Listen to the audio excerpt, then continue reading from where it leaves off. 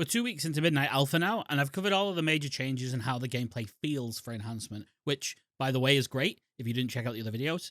Now, the hype of all that stuff has slowed a little, and I think it's about time for the video where we get into the brass tacks. So this time, we're going to be getting a little bit more negatively skewed, focusing on pain points that I have feedback for. This will dive a bit more into advanced topics like talent and toolkit design in the context of the entire game, rather than just specifically the spec itself. And I know someone in the comments will be like, oh, it's only alpha, wait till beta, then till launch, it's not done yet. And you are right, it is not yet. But the best time to give feedback is yesterday, and the second best time is right now. I want to preface all of this with it being my opinion, as some of this might not hit on the thematics for you, and that's great. I'd love to have a discussion with you in the comments. I'll go through everything in 4 steps. First, the class tree, defensives and utility, since the tree is where most of those effects are. Second, I'll go over the spec tree and general combat feedback. Third, I'll run through the state of the hero trees and how it comes together. And lastly, we'll condense it down into a list of top priorities to focus on before launch. With the introduction out the way, let's jump right into the class tree. I've made no secret of the fact that I think our class tree is one of the weaker ones when it comes to design, and the changes in Midnight haven't really moved that needle anywhere. Some of the removals have only put the main problem into more focus. There's very little here to get excited about, and its structure, and more importantly, what it doesn't contain, now exacerbates some of our most glaring flaws when we transition into endgame. The first and absolutely most pressing of these is our defensives and self-healing. Starting with defensives, losing Stone Bulwark Totem to instead key into Earth Elemental is a strange choice. Earth Ele is a great defensive in specific situations due to its long duration with a mid-strength effect, but as any of you who've played with it know, it really likes to run in and get itself killed on anything other than bosses. Cutting its duration down grinds away some of the strength it had, and Stone Bulwark being lost in the process puts us in what I'd consider a danger zone for specs. Not having a reliable 1-minute cadence, roughly, on defensive tools is an extreme disadvantage in endgame content, and when it comes to these kinds of tools, frequency is superior to intensity 80% plus of the time. A 1-minute defensive at 20 to 30% DR is always useful, while a 1-minute 30 defensive at 40% needs designers to specifically design something into the game that it can counter, but it usually just means you run out of defensive tools before everyone else. This also kind of extends to monks as well right now. I cannot stress enough how much of a different landscape handling certain encounters and higher Mythic Plus can be compared to other specs when you have such a big constraint. Spirit Wolf and Windveil are, I suppose, intended to be the bridge talents, but these are too conditional to justify. Pausing everything you're doing to AFK and Ghost Wolf for 4 seconds plus in the lead up to a big hit is both unfun and unnecessary friction, especially when compared to the field with things like Bear Form. Windveil is really strong, but it's heavily conditional on both having interrupts to steal, other players allowing you to do so, and there being big follow-up damage immediately after the interrupt. Self-healing is... yeah. Raging Maelstrom's change with Stormweaver is good to free up the related damage cost, but healing surge power is both way down, directly eats into GCDs, rarely scales up as the content gets harder, and has no kickback like, say, Flash Heal DR or Forest Walk. Good change in spirit, but needs a second pass via the class tree. Earth Shield is another avenue to fix this, but we need something somewhere to let us passively regenerate charges, because recasting a shield every 9 instances of damage isn't it, Chief? Right now, active healing aggressively between damage costs us a lot of GCDs, and it still doesn't keep up with the simple passive durability and sustain many other specs have. We're supposed to be a hybrid healing spec. We shouldn't be one of the worst at this. That bridges me to the next point. Despite the tree seeing some pruning, there's still a lot of pointless filler. Biggest example of this is Healing Stream Totem and Elemental Resistance, but the sheer amount of forgettable quality of life nodes we have that we take because there's nothing exciting in place of them is pretty extreme. With our CC having a hatchet taken to it as well, I think Capacitor Totem could probably have some functionality updates. Since Guardian's Cudgel is gone now, the flavour of having it wind up feels a bit redundant. While being castable at range is all well and good, it makes it so much more cumbersome to coordinate effectively, especially now that we're losing add-ons. I'd like to see a choice node that drops it at our feet with a near-instant detonation if possible. This moves me into the most damning area of the tree, the capstones. The area is extremely uninteresting, and there's still little, if anything, exciting down there that makes me want to talent into it. This week, 2 new talents were added that are performance boosts, so that's better than what we had, but neither Spiritual Awakening nor Instinctive Imbuements make any movement on the problems the tree changes this expansion created, which is pretty disappointing. The whole area is filled with effects that feel like entry-level pathing talents for other classes, like, say, Voodoo Mastery and Totemic Focus, and it is jarring. Ever since Ancestral Guidance, and now also Stone Bulwark was removed, I basically path through here out of habit rather than necessity. The absolute biggest offender is the bottom left. Spirit Walker's Grace and its follow-up node and Nature's Swiftness do nothing for us. Lava Burst, Flurry, and Maelstrom Weapon were moved off the class tree to solve redundancies for Ellie and Resto. Why can't the same be extended to us? For Spirit Walkers, either tack on a secondary effect to give us extra range, serving the same purpose of niche utility while active, replace it with Spirit Walk so we can get an extra charge or combo it with Gust. Just anything that's not that button. Nature's Swiftness, on the other hand, gets mechanically locked by Maelstrom Weapon. An easy fix would have it be off GC generation of 5 Maelstrom Weapon to fill the same gap, and at least let us care about that area. Or just replace it with something more in line with our gameplay. It burning a capstone on our tree solely to support Farseer seems counter to how all the other trees are designed. I originally had a point in here hoping that the 3 mystery nodes would at least touch on these problem areas, but not only did that not happen, it turned out that one of them wasn't even a talent at all. It's not surprising with Totemic Surge being treated as capstone worthy, which I'll cover in the Totemic section in more detail, but I really want to close by driving home just how uninteresting this whole section is on the tree from an enhancement perspective.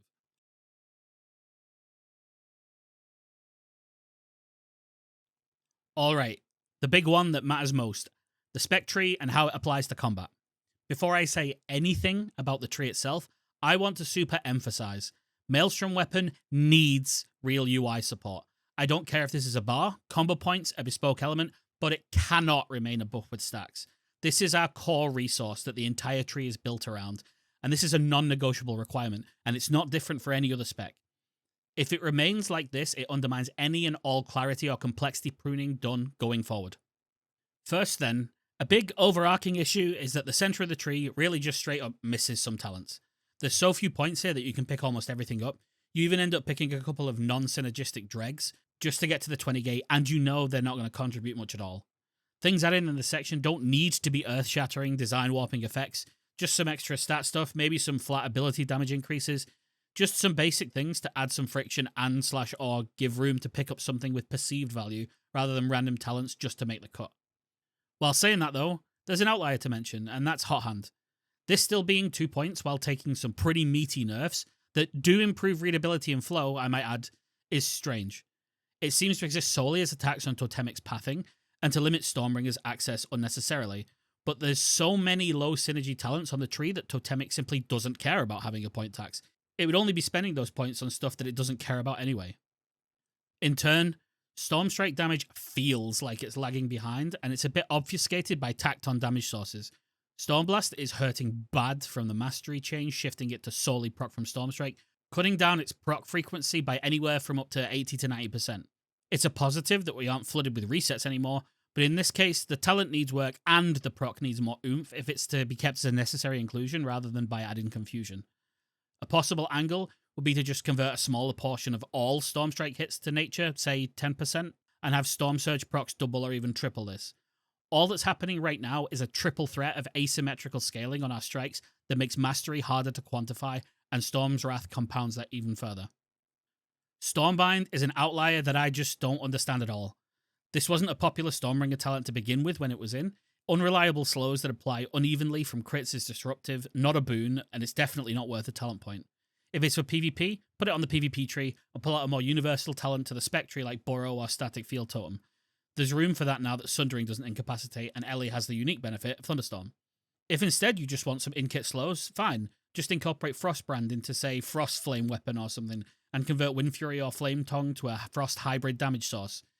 This is a dual benefit of making Fire and Ice seem less weird on the class tree, add some Frost back into the kit for the people that like the theme, and give some slow in there. Alternatively, Static Cling was an old talent we used to have that would inject some gameplay into Stormstrike, fixing the problem mentioned before about its place in the kit, give a bit of hidden utility with movement speed, and it wouldn't be a high-quality buff that you desperately need to track. Doomwinds, Ascendants, and DRE are straight-up confusing and uneven in their value now. This is one of the most obvious "the robot will tell you the answer" talent paths in history, but the biggest problem is that Doomwinds is a reliable 1-minute timer, while both of the others are unreliable, cost an extra talent point, and the benefit of being in Ascendants versus being in Doomwinds is extremely small now. Windstrike just hasn't got the punch it needs to make it appealing. And it hurts my heart to say this, but Feral Spirit is really bad now. Nerfing the Maelstrom gem while active, halving the damage benefit, halving both the intensity and the frequency of spawns was just too much at once. I don't think these should be down at 5% buffs if they are ever going to see play in the way they are now, and they're so iconic to the spec that I'd hate to lose them entirely. Alternatively, just make them melee harder on their own when they're up, add back the self-healing utility for some hidden value, just something. Attack speed is a very difficult stat to parse for players out the box, often getting confused with haste, and it's now present on 2 different talents. The Storm Surge proc rate from Wind Fury hurt the value for Stormbringer, and limiting Hot Hand procs hurt it for Totemic. The value relies exclusively on Roaring Brew and Maelstrom gen now, and that players need to work it out both for Flurry and, more importantly, our final Apex talent seems like a hard sell for what is supposed to be a crowning talent effect. I'm unsure if it's worth the point investment right now, but if you attach literally any other stat increase or an increase to proc rates to that Crash Lightning buff instead, it will be both very obvious for players and a big W. Last but not least, before I jump into the very big scary concern, I think this is more of a bug, but lightning strikes requiring 10 Maelstrom spend in bulk rather than rolling over like Legacy of the Frostwitch did is bad. This mandates overflowing with no telegraph to the player, and it causes spend friction. We never really had to track Legacy before, and we wouldn't with lightning strikes either. Just make it remember a charge spent total between casts. And my biggest worry, and I'm going to invoke a phrase that sends shivers down any Dragonflight player's spines. The target cap is now back with a vengeance. Doing it to Crash Lightning Splash to limit Maelstrom Weapon Flood is fine, but we now have a big problem. Chain Lightning and Ride the Lightning fuels a lot of our AoE, which is hard capped at 5. Crash active casts, Tempest, and Reactivity are our only sources of 8+ soft cap, with the first being infrequent and the other 2 being RNG. Everything else has a drop off at 5, and the effects we relied on to stop this being a limitation in the War Within have had their presence cut back. You've pulled back this limitation for Fury. Don't shift that burden onto us unless you plan for us to be monstrously powerful at 3 to 5 targets. With that critique out the way, I'm going to move straight onto hero talents. I do want to underline, though, the flow that's been carved out in the rotation section is good, as I said in previous videos. The issues I laid out are more issues that need sanding down rather than foundational flaws. Starting off with Stormbringer then, first, I think Tempest being moved to RNG actually feels better in play than I expected it to. I was going in primed to dislike it. That said, the rest of the tree does need some adjustments now to function properly around specifically this change. Out the gate, there's 2 talents that are functionally similar, but both weak. Rolling Thunder and Descending Skies. Rolling Thunder no longer fits by name or impact anymore. This was the secret cornerstone of the entire playstyle, and while it was very unhealthy and it did need to go, what replaced it is nowhere near worthy. It lives and dies on Feral Spirit changes, which, as I mentioned before, need help. Descending Skies, on the other hand, tries to nudge you toward the thematically appropriate Ascendance node, but there's a problem. These nodes are not that great compared to Doomwinds, tax a point, and the payoff? 1 to 2 guaranteed Tempest every 2 minutes. For a new node that's supposed to excite, this falls flat. Either of these nodes are prime candidates to retool new Tempest's biggest problem. Instead, key into the problem that the new design creates and provide a solution. The Keystone lost its agency, so double the chance to trigger it during Doomwinds. This is more compelling, gives us both power and a perceived return to agency, and it's when we need it most. Next, Stormswell versus Supercharge remains a false choice. Supercharge will always win this debate, and this can't be fixed with a nerf to reintroduce the tension, or else you risk hitting the node that has the biggest positive impact on gameplay feel. Move Stormswell to compete elsewhere on the tree. In turn, due to Tempest agency reducing, I think once again, incorporating something similar to Feral and / or Havoc by giving us a one-time on-demand guarantee trigger solves a lot. Say, the first time you cast Sundering or Doomwinds or Crash Lightning per combat, you trigger a Tempest. Tack this on as a secondary effect to something like Stormswell and you're golden. Last, but not least, is Awakening Storms, and it's pretty sad as a capstone now. Roughly 1 extra Tempest a minute with no direct damage combines the worst of 2 worlds, extreme RNG and low impact. Stormbringer is clearly designed to lean into Stormstrike. Make this explicit. Tap into an amplifier for Stormblast or Storm Surge to bolster the talent while keeping the flavour of the random Tempest proc, and shoring up the primary strike's tendency to fall out of favour over the course of an expansion. Moving on to Totemic, this tree has been vastly improved from live, and I have far less misgivings here. There's some genuinely good design fixes added, and it clearly had some thoughtful work go into it. I do have a few notes though. Surging Totem being at a 65-second base cooldown reads badly. It's extremely clear signposting to mandate Totemic Surge in a similar way Farseer mandates Nature's Swiftness, but it just seems unnecessary to justify that capstone area. This is strongly designed around that 60-second cycle based on everything else that links into it, and the only reason to not just exclude it from Totemic Surge is to try and enforce that tax. Except in our case, a tax doesn't matter because the class tree is so anemic when it comes to valuable points. Next, the Amplification Core versus Oversurge choice is just kind of weird now. This is purely a math question, but a boring one, since they're both kind of doing the same thing. It's hard to read at a glance. One is a talent requirement that does require a big sacrifice to pick up in Totemic's case, and the payoff doesn't seem to be there. Amplification Core, in general, though, is also just somehow even more boring than before, and it could probably stand a second pass now. Similarly, Wind Barrier is a woeful defensive node.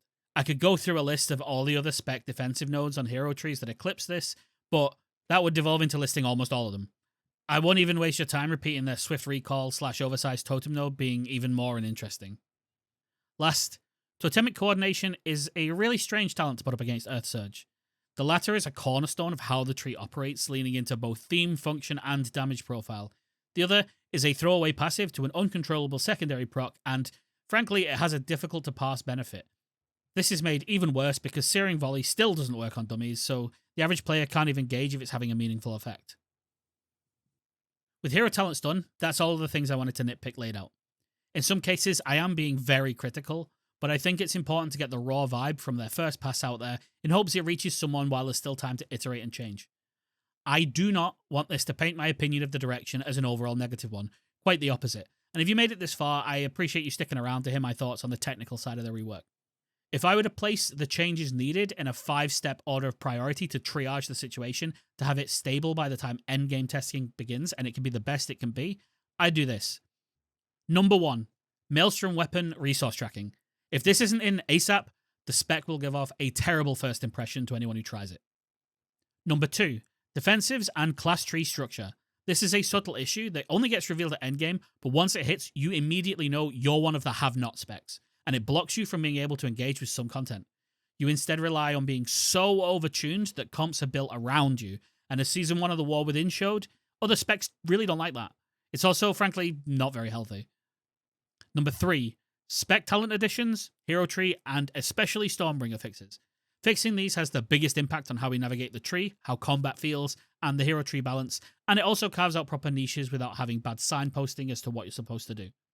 Number 4, Feral Spirit fixes and the class tree appeal. These are things that would be really nice to have, but we've lived with it before and we can live with it again.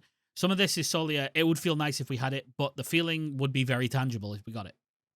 And number 5, CC fixes, quality of life, and the reason to bring the spec. These run secondary to making everything functional, but losing the CC cut something we did have, and we're now distinctly behind Ellie, who brings Thunderstorm and is ranged, so addressing this, while less decisive in its impact, will help. Anyway, I hope none of this came across as whining to anyone. I do deeply care about enhancement still. I love what Midnight has to offer so far, and I want to get in as early as possible to make it the best it can be. I'm offering but one perspective on what we have available, and I hope you've appreciated the breakdown. If you agree, disagree, have your own concerns, fantastic. I'd love to hear about them in the comments or on Earthshrine Discord, and I'm sure Blizzard will also love to hear your feedback directly on the official forums as well. That's the short and long of it though for the current state of Midnight Enhancement. I'll be trying my best to keep the channel updated as the process moves forward, and I'm really glad the response has been so warm for me returning to making videos. It does mean a lot. I'll see you next time.